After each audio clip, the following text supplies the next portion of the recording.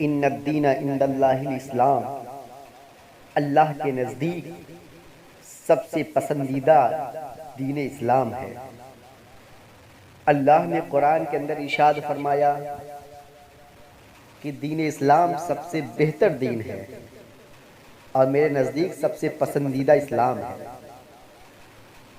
آج لوگ کلمہ پڑھتے ہیں، کلمہ پڑھنے کے بعد کلمہ کا حق انہوں نے ادا کر دیا، مگر ایک نام ہو گیا مسلمان کا نام۔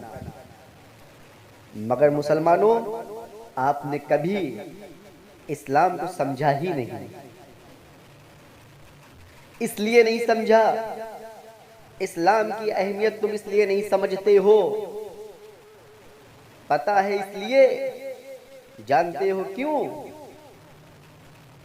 آج مجھ سے سن لو، مولانا سیف اللہ عالمی آج تم کو بتا کر جائے گا، اور میں ایسی تاریخ، ایسی واقعہ، ایسا بیان کر کر جاؤں گا جس سے تم ایک دن نہیں بلکہ کئی دن سوچتے رہ جاؤ گے۔ مولانا سیف اللہ عالمی نے سچ فرمایا ہے، خطابت صحیح کی ہے۔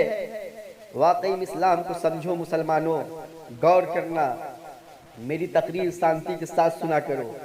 میں اپنی تقریر میں زیادہ نعرہ بھی نہیں لگواتا، نہ میرے تقریر کے بیچ میں آپ سبحان اللہ بھی بولتے رہیں، اس لیے میں اصلاحی تقریر اور لوگوں کو سمجھانے کی کوشش کرتا ہوں۔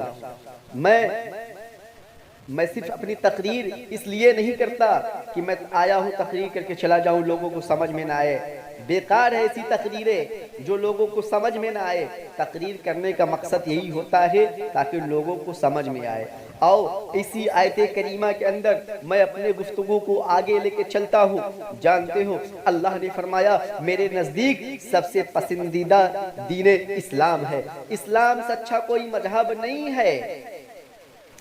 غور کرنا، آج میرے گھر سے کوئی شہید ہوا ہوتا، میرے والد شہید ہوئے ہوتے، میرا بھائی شہید ہوا ہوتا، میری بہنیں کی شہادت ہوئی ہوتی، تو میں اسلام کی اہمیت تب سمجھتا۔ کس لیے میرے گھر سے کسی کا جنازہ نہیں اٹھا ہے، میرے گھر سے کوئی شہید نہیں ہوا ہے، اس لیے میں اسلام کی اہمیت نہیں سمجھتا۔ صحابہ کی زندگی اٹھا کے پڑھو، صحابہ کی زندگی تو دیکھو، صحابہ کے گھر سے چھوٹے چھوٹے بچے شہید ہو جاتے تھے اسلام کے لیے، مائیں بیوہ ہو جاتی تھی، شوہر شہید ہو جایا کرتے تھے، اس لیے اسلام کی اہمیت سمجھتے تھے۔ نہ ظہر کی نمازیں چھوٹتی تھی، نہ نماز عصر چھوٹتا تھا، نہ نماز مغرب چھوٹتا تھا، نہ نماز عشاء چھوٹتا تھا، نہ نماز فجر چھوٹتا تھا، حتیٰ کہ صحابہ اور صحابیاں ایسی عبادت کرتے تھے کہ وہ رات بھر نفل بھی عبادت کیا کرتے تھے۔ کیوں؟ اسلام کی اہمیت سمجھتے تھے، اسلام کی حقانیت سمجھتے تھے۔ قرآن کی آیت ان کے نزدیک تھا، قرآن کی آیت کو وہ سمجھتے تھے۔ آج ہم نہیں سمجھتے، اس لیے ان کا بچہ شہید ہو گیا تھا، ان کا شوہر شہید ہو گئے تھے اسلام کو بچانے کے لیے، اس لیے وہ اہمیت سمجھتے تھے مسلمانوں، اس لیے وہ اتنی عبادت کرتے تھے۔ آج ہم اسلام کی اہمیت نہیں سمجھتے۔ تاریخ تو دیکھو، صحابہ کی زندگی تو دیکھو، جب حضرت بلال رضی اللہ تعالیٰ عنہ کو مدینہ شریف کی ریت والی زمین پر جب لٹا دیا جاتا تھا، بڑے بڑے چٹان ان کے سینے پہ رکھتے تھے، ان کے سینے پہ رکھتے تھے اور زبانیں باہر نکل آتی تھی، اور حضرت بلال سے کہا جاتا تھا بلال تم اپنے رسول کا کلمہ چھوڑ دو۔ بلال کہتے تھے اے حبشیوں سن لو، مجھے جتنا ظلم پہنچانا چاہتے ہو پہنچا لو، مگر میں اپنے رسول کا دامن نہیں چھوڑ سکتا۔ میں اپنے رسول سے سچی محبت کرتا ہوں۔ میرے اگر جسم کو تم کیما کیما بوٹی بوٹی کر کے چیل کوے کو بھی کھلا دو گے تو میں اپنے رسول کا دامن نہیں چھوڑ سکتا۔ یہ عاشق رسول ہے سیدنا بلال حبشی رضی اللہ تعالیٰ عنہ۔ بلال پر کم ظلم ہوا ہے، بہت ظلم ہوا ہے۔ آج کے مسلمان پر تو کوئی ظلم نہیں ہو رہا ہے، مگر اس کے باوجود بھی نماز سے محروم رہتے ہیں، اس کے باوجود بھی روزے سے محروم رہتے ہیں۔ کوئی عبادت نہیں ہے صرف سوائے گناہ کا۔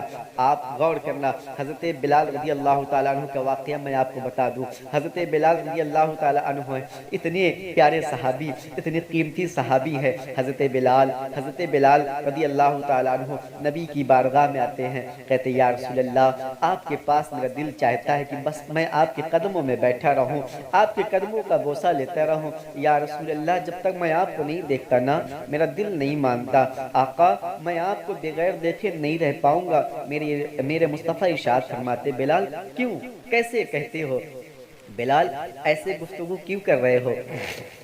حضرت بلال کہتے ہیں آقا، اگر آپ مثال ہو گیا نا آپ کا، آقا میں نہیں رہ پاؤں گا، آقا میں آپ کے بنا برداشت نہیں کر پاؤں گا، آقا میں ایک منٹ کے لیے اگر آپ کو نہیں دیکھتا نا میں رہ نہیں پاتا۔ یا رسول اللہ، میں آپ سے بہت بے پناہ محبت کرتا ہوں، آقا آپ کے بغیر میں نہیں رہ پاؤں گا۔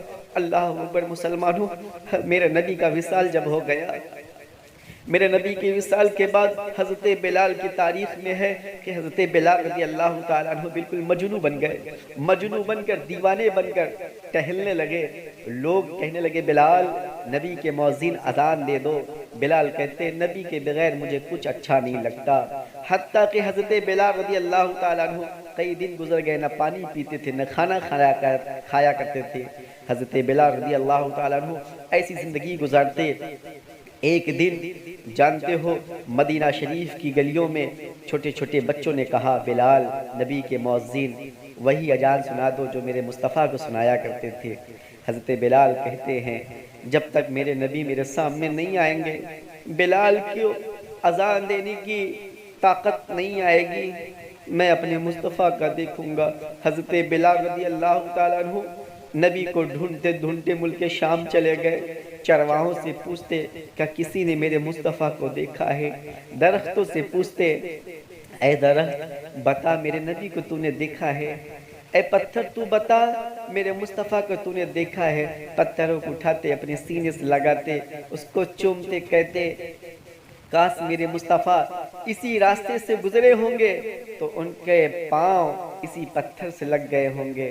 اتنی محبت تھی حضرت بلال کی۔ اللہ اکبر مسلمانوں، غور کرنا، یہ سیدنا بلال حبشی ہیں، ملک شام چلے گئے۔ ملک شام میں وہاں کے لوگوں سے پوچھتے پوچھتے نیند لگی، سو جاتے ہیں۔ سونے کے بعد میرے رسول تشریف لاتے خواب میں، کہتے بلال بلال مدینہ چھوڑ کر کیوں چلے آئے؟ بلال تمہیں میرا مدینہ اچھا نہیں لگتا؟ بلال حبشی کہتے خواب میں آقا آپ کے بغیر مجھے مدینہ نہیں اچھا لگتا، آقا میں آپ کو ڈھونڈنے نکلا تھا، آقا آپ کہاں چھپ گئے ہیں؟ اتنے میں حضرت بلال کی آنکھ کھلتی ہے، کہتے لبیک علیکہ یا رسول اللہ۔ بھینی بھینی خوشبوؤں سے بستر مہکنے لگا۔ آپ نے فرمایا آقا غلام حاضر ہے۔ آپ فوراً ملک شام سے مدینہ شریف چل دیتے ہیں۔ مدینہ شریف میں جب پہنچتے ہیں اللہ کے رسول کے روضے پہ جاتے ہیں، اللہ کے رسول کے روضے کی مٹیاں اٹھا اٹھا کر اپنے جسم میں ڈالتے اور کہتے آقا ابھی آپ نے مجھے خواب میں بشارت فرمائی اور آپ نے فرمایا بلال مدینہ آؤ، بلال مدینہ آؤ، مدینہ چھوڑ کر کیوں چلے گئے؟ آقا جب آپ کا بلال مؤذن آ گیا تو آپ پردے میں چھپ گئے، آقا باہر نکلے نا، آقا اپنے بلال کو دیکھے نا، آقا آپ ہمیں نہیں دکھائیں گے؟ آقا میں آپ کو نہیں دیکھتا، مجھے اچھا نہیں لگتا، آقا مجھ سے برداشت نہیں ہو رہا ہے۔ اللہ اکبر۔ جب صحابہ نے دیکھا کہ نبی کے مؤذن بلال آ گئے ہیں، اب انہیں اذان کہنے کو کہا جائے، اللہ اکبر۔ ابو بکر صدیق کہتے ہیں ارے بلال وہی اذان سنا دو جو میرے مصطفیٰ کو سنایا کرتے تھے۔ بلال کہتے میں اذان دینے کی پوزیشن میں نہیں ہوں۔ تمام صحابہ کہتے ہیں تو صحابہ میں جب بات ہوتی کہتے امام حسن امام حسین کو بلایا جائے، ان کی باتوں کو ضرور بلال مانیں گے۔ جیسے کہ امام حسن امام حسین کو بلایا گیا، امام حسن امام حسین حضرت بلال کے ہاتھوں کو پکڑتے ہیں، انگلیاں پکڑنے کے بعد کہتے ہیں اے میرے نبی کے مؤذن بلال، اے بھائی جان آپ وہی اذان سنا دے جو میرے نانا جان کو سنایا کرتے تھے۔ جیسے کہ امام حسن امام حسین عرض کرتے ہیں، بلال رونے لگتے ہیں، کہتے آپ کی بات تو فرشتے نہیں ٹالتے، آپ کی بات تو اللہ نہیں رد فرماتا، تو مجھ بلال کے اندر کیسی ہمت کہ میں آپ کی باتوں کو انکار کر دوں۔ ابھی حکم کی فرمائش کرتا ہوں۔ حضرت بلال ترنت مسجد نبوی کے منبر پر چڑھتے ہیں اور کہتے ہیں اللہ اکبر اللہ اکبر۔ اذان کی صدائیں بلند کرتے ہیں، حضرت بلال اذان دینے لگتے ہیں۔ مدینہ شریف کی گلیوں میں جب لوگ سنتے ہیں کہ بلال، نبی کے مؤذن بلال اذان دے رہے ہیں، چھوٹے چھوٹے بچے، چھوٹے چھوٹے بچیاں کہتی ہیں امی نبی کے مؤذن بلال آ گئے ہیں، میرے مصطفیٰ کا تشریف لائیں گے۔ مدینہ شریف کی گلیوں میں چیخ نکل گئی، عورتیں رونے لگی، خاتون رونے لگی، بچیاں رونے لگی، بچے رونے لگے، بوڑھے رونے لگے، کہتے امی میرے سروں پر ہاتھ رکھنے والے میرے مصطفیٰ کا تشریف لائیں گے۔ اللہ اکبر۔ حضرت بلال اذان دے ہی رہے تھے، جیسے کہ اشہدو ان محمد کے لفظ پہ پہنچتے ہیں، اشہدو ان محمد کے لفظ پہ پہنچتے ہیں تو حضرت بلال زبان سے محمد کہتے ہیں اور اپنی نگاہ سے منبر کی طرف دیکھتے، میرے مصطفیٰ موجود نہیں تھے، آپ کو گشت آیا، بے ہوش ہو گئے۔ جب سیدنا بلال حبشی بے ہوش ہو جاتے ہیں تو تمام صحابہ پانی کے چھینٹے مارتے ہیں، چھینٹا مارنے کے بعد جب بلال کو ہوش آیا تو کہتے ہیں بلال کیا ہوگا؟ بلال کہتے ہیں اب میں اذان نہیں دے سکتا، اس لیے میں چاہتا ہوں میں زبان سے اذان کہوں اور اپنے چہرے سے، اپنی نگاہوں سے مصطفیٰ کی زیارت کروں، اب میں اذان نہیں دے پاؤں گا، میرے اندر طاقت نہیں ہے۔ حضرت بلال اسی دن سے مدینہ چھوڑ کر ملک شام چلے گئے۔ یہ ہے عاشق رسول مسلمانوں پہچانو تو